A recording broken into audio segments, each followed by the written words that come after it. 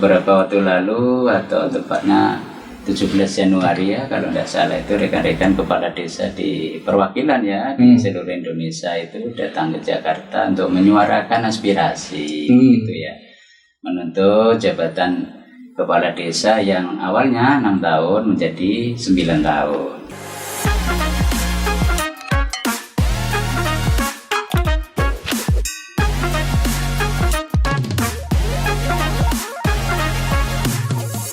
Assalamualaikum warahmatullahi wabarakatuh. Kembali berjumpa bersama Alif di sini di Pratiwi Podcast, di mana setiap harinya di jam 10 pagi atau di jam 3 sore akan selalu kedatangan narasumber dari berbagai macam elemen atau kalangan, dan tentunya dengan tema yang berbeda setiap harinya. Apa kabar pendengar? Semoga pada kesempatan kali ini Anda senantiasa sehat dan bersemangat menjalani aktivitas dimanapun itu. Dan jangan lupa ya, selalu senyum. Dan yang paling luar biasa, pada hari ini Pratiwi Radio kedatangan narasumber dari DPMD atau Dinas Pemberdayaan Masyarakat dan Desa. Dan kebetulan yang hadir di studio Pratiwi ini sekretaris dinasnya, ada Bapak Abdul Manan. Selamat pagi Bapak. Selamat pagi, Assalamualaikum warahmatullahi wabarakatuh, Mas Alif dan pendengar Radio Pratiwi dimanapun Anda berada, semoga selalu diberikan kesehatan. Amin, amin. Nah, Pak Abdul Manan ini kan sebagai sekretaris ya di DPMD, juga mengetahui nggak maksudnya dari tupoksi atau tugas dan fungsi dari DPMD sendiri? Ya, terima kasih Mas Alif. Jadi Dinas Pemberdayaan Masyarakat dan Desa itu adalah memiliki tugas membantu Bupati di dalam hal penyelenggaraan pemerintahan, pemberdayaan masyarakat dan desa. Itu tugas utamanya. Jadi membantu Bupati menyelenggarakan urusan pemerintahan, pemberdayaan masyarakat dan desa, termasuk di dalamnya adalah pembangunan desa, pembinaan pembangunan desa, pembinaan perangkat desa, termasuk dengan pembinaan fasilitasi terkait dengan pengelolaan keuangan dana desa. Oke. Jadi penyelenggaraan pemerintahan desa secara umum itu menjadi tusi kami yang kita fasilitasi dan selalu kita berikan pembinaan. Oke, berarti ini tingkatannya hanya berada di desa tadi Pak, atau bisa mencangkup ke tingkatan yang lebih atas seperti kecamatan?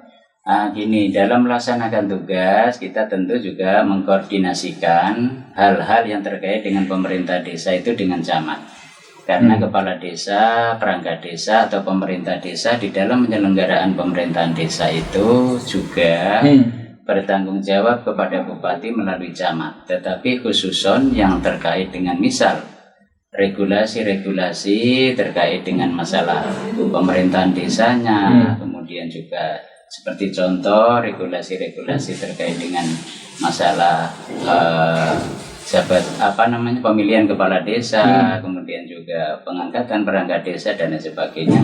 Itu tentu menjadi atensi kami untuk selalu memberikan fasilitasi. Jadi kita lebih bersifat sebagai fasilitator, kemudian koordinator, kemudian juga melakukan fungsi-fungsi pembinaan. Tentu bukan hanya dengan camat Mas Alif, kita melakukan koordinasi pengawasan pembinaan ini tentu juga dengan lembaga terkait, dalam hal ini inspektorat. Gitu. Terkait apa inspektorat? Ya, inspektorat untuk melakukan pembinaan dan pengawasan dalam hal khususan misalnya pengelolaan keuangan desa. Pengelolaan keuangan desa lebih khusus lagi, ada di sana dana desa yang digelontorkan oleh pemerintah pusat.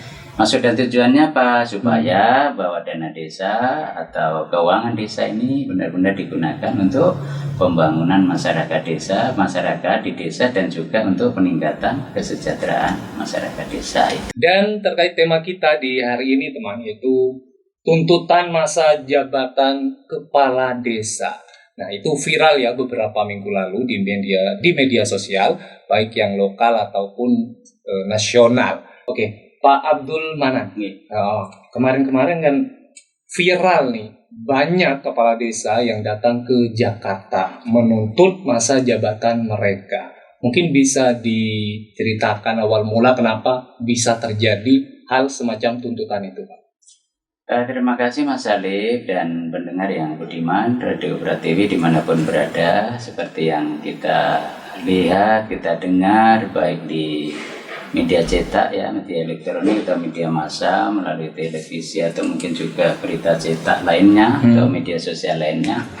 Beberapa waktu lalu atau tepatnya 17 Januari ya kalau tidak salah itu rekan-rekan kepala desa di perwakilan ya di seluruh Indonesia itu datang ke Jakarta untuk menyuarakan aspirasi gitu ya, menuntut jabatan kepala desa yang awalnya 6 tahun menjadi 9 tahun.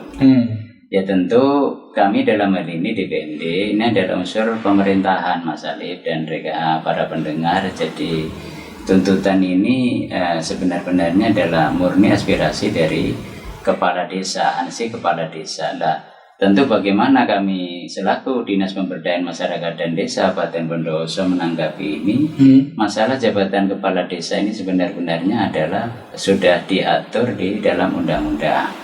Khususnya Undang-Undang Nomor 6 Tahun 2014 tentang Desa. Wabil khusus adalah pasal 39. Di mana jabatan kepala desa adalah 6 tahun dan bisa dipilih kembali paling lama 2 kali lagi. Artinya ya maksimal berarti kalau misalnya terpilih terus maksimal 18 tahun kan begitu ya.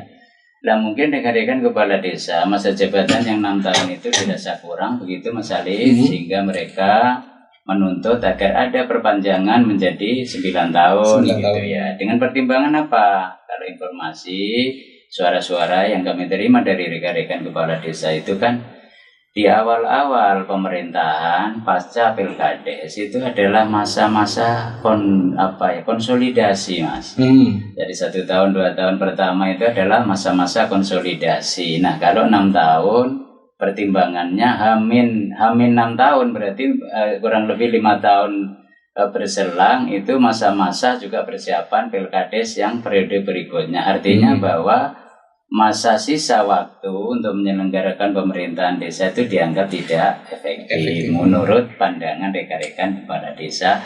Sehingga kalau seumpama itu diperpanjang 9 tahun begitu menurut pandangan rekan-rekan kepala desa, paling tidak ada waktu efektif 6 tahun untuk penyelenggaraan pemerintahan desa. Tetapi sekali lagi bahwa ini adalah bukan ranah kami. Ya, ini adalah ranah dari pemerintah pusat dan juga DPR pusat. Karena apa? Sekali lagi, masa jabatan kepala desa sudah diatur di dalam peraturan perundang-undangan. Nah tentu untuk merubah itu, ya tentu saja undang-undangnya itu juga harus dirubah dulu kan begitu. Itu intinya. Dan yang bisa merubah pihak DPR. Dan DPR ya? Karena DPR dan pemerintah pusat tentu itu kan yang menyusun dan menetapkan undang-undang. Nah terkait itu disetujui atau tidak, ya tentu kita menunggu saja perubahan dari Undang-Undang Nomor 6 Tahun 2014. Karena itulah yang mendasari masa jabatan kepala desa di seluruh Indonesia sampai hari ini ya tetap masih 6 tahun.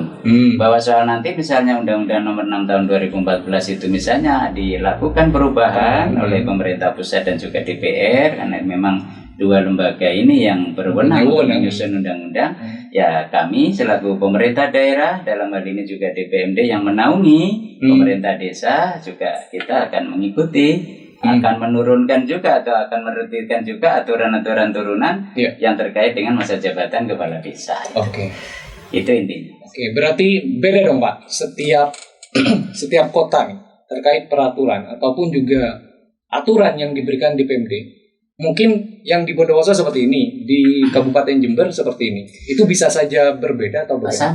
Sama. Karena masa jabatan kepala desa ini sekali lagi tadi saya sampaikan sudah diatur dalam pasal 39 tahun Undang-Undang Desa, Undang-Undang 6 tahun 2014 tentang desa, yaitu 6 tahun. 6 tahun. Dan bisa dipilih kembali paling lama 2 kali lagi.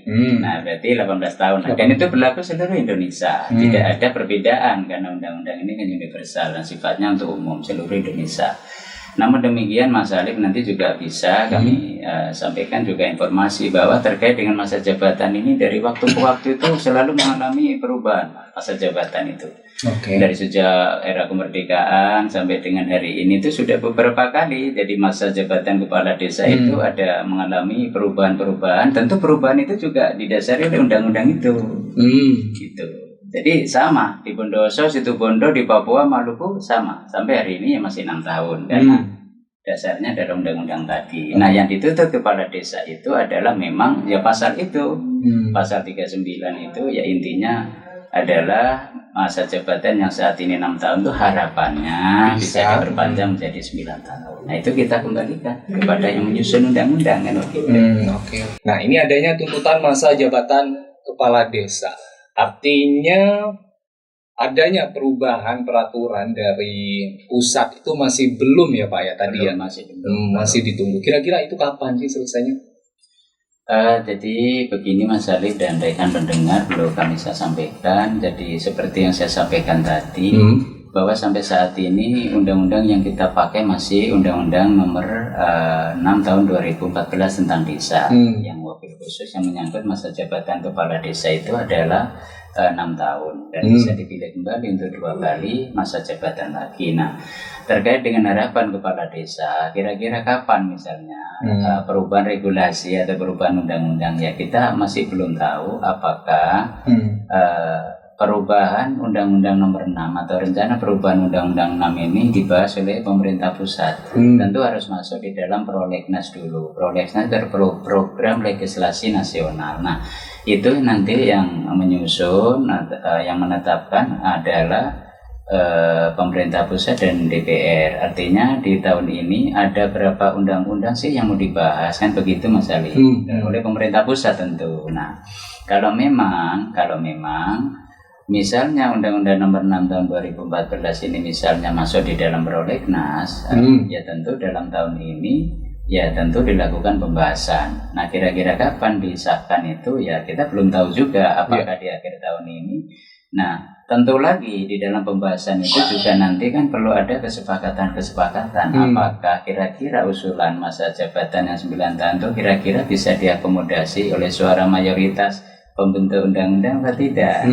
Kalau itu misalnya diakomodasi kemudian disahkan bahwa undang-undang yang menyangkut yang terkait dengan desa ini dilakukan perubahan, misalnya salah satunya terkait pasal masa jabatan, ya berarti itu mungkin angin segar bagi rekan-rekan kepala desa. Tapi manakala misalnya nanti di dalam pembahasan juga masih belum disetujui, ya tentu rekan-rekan kepala desa juga harus legowo. Ya karena itulah sistem pemerintahan kita. Ya kita kan negara hukum Reichsstaat, ya kan, negara berdasar atas hukum, ya. Bukan maksud, bukan atas kekuasaan, kan gitu. Nah tentu kembali kalau kita ingin melakukan perubahan apapun negeri ini, ya tentu landasan hukumnya dulu yang harus dilakukan perubahan. Nah kata Pak Abdul Manan tadi ya, perubahan masa jabatan itu memang sudah terjadi sejak lama. Memang sebelumnya berapa lama Pak masa jabatan? Jadi gini, masa jabatan kepala desa ini dari waktu ke waktu Mas Alif ya ini memang selalu mengalami perubahan sejak era kemerdekaan sampai hari ini. Jadi perlu kami sampaikan sebagai informasi saja. Jadi sejak Undang-Undang Nomor 19 Tahun 65 tentang Desa Praja, itu masa jabatan kepala desa itu diatur 8 tahun. 8 tahun. Tapi tidak ada pembatasan berapa kali lagi bisa dipilih gitu Mas. Itu berdasarkan Undang-Undang Nomor 19 Tahun 65 tentang Desa Parja. Nah kemudian pada tahun 79, tepatnya sejak lahir Undang-Undang 579 tentang pemerintahan desa. Nah itu masa jabatan kepala desa diatur 8 tahun dan bisa dipilih sekali lagi. Nah 8 tahun bisa dipilih sekali lagi, artinya kalau total jenderal bisa dipilih lagi misalnya masih diharapkan masyarakat, masih dipercaya masyarakat, berarti maksimal 16 tahun kan gitu.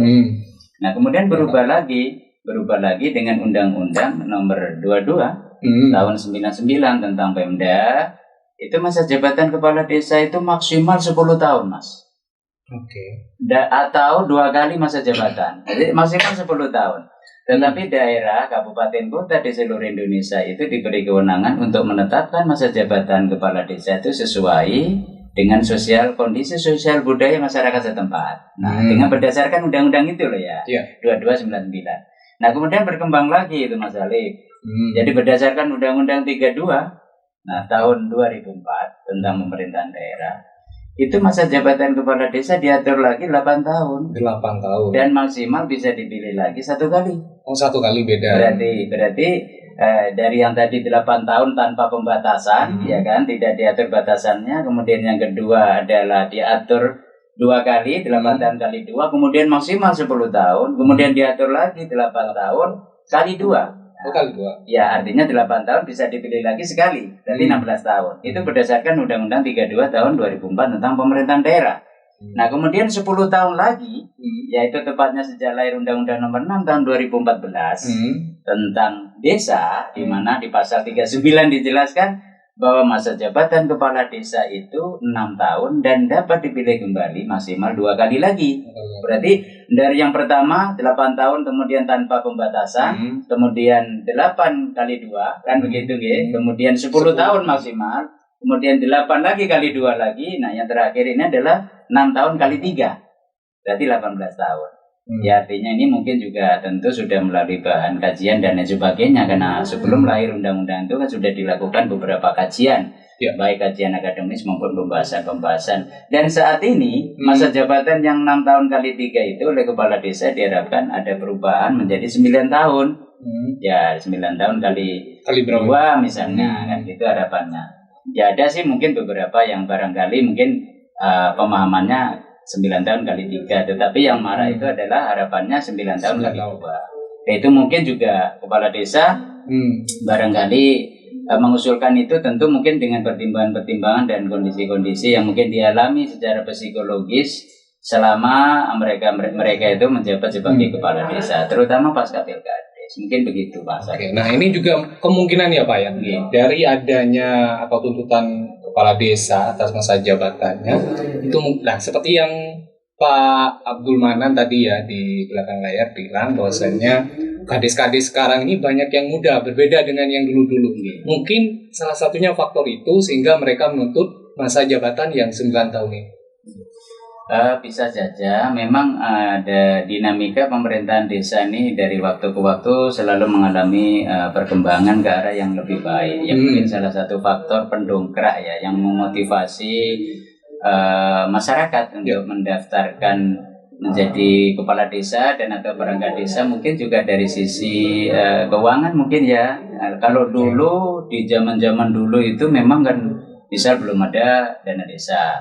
Nah, saat ini desa itu diberi sedikit keleluasaan, anggarannya juga sudah jauh berbeda dengan daerah-daerah dulu. APBDes, anggaran pendapatan belanja desa juga jauh lebih besar di era-era sebelum lahirnya undang-undang desa. Mungkin itu yang memotivasi. Dan ketika terjadi pilkades, memang dampak konflik psikologis kepala desa, perselisihan dan lain sebagainya, ini memang dampaknya ini tidak bisa diselesaikan dalam waktu yang cepat, Mas. Itu mungkin analisa kami ya, analisa saya sementara. Kenapa sih kepala desa itu kok merasa yang 6 tahun itu kurang, mungkin seperti itu. Ya seperti yang saya sampaikan tadi, di masa-masa awal itu mereka masih konsolidasi internal pasca pilkades, Mas. Karena tentu perbedaan-perbedaan terhadap yang kalah dan yang menang, pendukung, ini juga mungkin menjadi hal yang menjadi pertimbangan mungkin, karena tidak bisa diselesaikan dalam waktu 1 tahun 2 tahun. Dan dampak pilkades ini sebenarnya juga lebih dampaknya ini lebih lama, penyelesaiannya juga lebih lama dibandingkan dengan dampak misalnya pilkada atau pileg. Ya itu kenapa? Karena kepala desa dan lawan ini atau mungkin sama-sama calon ya, tadi. Sama-sama calon ini kan hampir tiap hari ketemu. Para pendukung pun demikian. Nah, kadang kepala desa yang terpilih, yang sudah dilantik dengan yang kalah ini mungkin sudah no problem, sudah akur, sudah bisa saling menerima. Nah, yang jadi masalah kadang-kadang para pendukungnya. Nah, para pendukungnya nih kadang masa istilah kita masih belum bisa move on. Nah, konflik-konflik seperti ini kan juga menghambat terkait dengan penyelenggaraan pemerintahan desa. Bahkan lebih khusus lagi, ada beberapa memang, ya ini tidak bisa kita pungkiri lah, perangkat desanya itu juga ada yang mungkin tidak netral. Iya. Kebetulan yang didukung kemarin kalah, ya toh? Iya. Nah yang tidak didukung menang. Lah ini juga akan ada konflik internal dalam pemerintahan desa. Bagaimana desa mau membangun kalau situasi kondisi internalnya masih seperti ini? Nah, untuk memulihkan hubungan, untuk mengkondusifkan ini perlu waktu. Maka itu banyak di antara rekan-rekan kepala desa itu bilang setahun 2 tahun ini masa pemulihan, mungkin 1 tahun terakhir itu masa persiapan pilkada berikutnya, sehingga hanya punya waktu efektif 3 tahun untuk membangun desa. Nah, 3 tahun membangun desa ini tidak cukup, gitu ya. Malah dijadikan alasan tadi. Ya, salah satunya itu. Nah, untuk menurunkan atau mengkondusifkan itu terjadinya konflik, kira-kira sebagai apa nih? Maksudnya peran DPMD nih? Apa ikut juga turun kepada masyarakatnya atau pihak desanya saja, atau tadi ya tetap menjadi fasilitator ya? Oke. Jadi gini, pelaksanaan Pilkades ini kan dinaungi aturan baik aturan yang paling tinggi Undang-Undang Desa, Permendagri gitu. Peraturan pemerintah dulu, Permendagri, kemudian Perda, kemudian Perbub ya. Nah, dalam penyusunan Perbub, khususan juga Perbub yang terkait dengan Pilkades ini kan domainnya DPMD di dalamnya. DPMD bersama bagian hukum, bersama inspektorat, bersama juga beberapa perwakilan camat, kita libatkan bagian inspektorat ya tadi saya sampaikan inspektorat Pak Asisten selaku koordinator ini juga terlibat di dalam penyusunan Perbub ini. Nah, tentu di dalam pelaksanaannya misalnya pasca, karena kita adalah termasuk juga anggota panitia kabupaten ya, panitia kabupaten terkait Pilkades, maka manakala ada permasalahan konflik tentu kita turut memfasilitasi, turut hadir memfasilitasi bersama pihak terkait. Siapa itu? Ya tingkat kecamatan, kemudian juga tingkat kabupaten. Di tingkat kecamatan kalau Pak Camat bersama kasih-kasihnya yang terlibat atau yang terkait dalam hal ini Kasipem mampu memfasilitasi, ya sudah kita lepas, dalam arti ya kita berikan kewenangan lah, kita berikan kesempatan kepada Pak Camat untuk memberikan fasilitasi. Tetapi kalau pihak DP masih diperlukan fasilitasi dari DPMD, ya kita fasilitasi para pihak. Itu fasilitasi dalam rangka untuk menyamakan persepsi dan atau untuk mencari satu solusi damai agar Pilkades ini tidak berkepanjangan dan jangan sampai ke jalur hukum. Nah, tapi kalau memang harus sampai ke jalur hukum, ya kita mempersilahkan, karena tentu itu hak dari setiap warga negara, juga hak dari misalnya calon kepala desa atau para pendukung yang merasa tidak puas misalnya. Kita negara hukum sekali lagi. Tetapi kita selalu berupaya dalam rangka yang lebih kepentingan yang lebih besar, agar penyelenggaraan pembangunan di desa, agar penyelenggaraan pemerintahan di desa berjalan lancar, kondusif, masyarakat juga tenang, bisa bekerja dengan tenang dan lain sebagainya.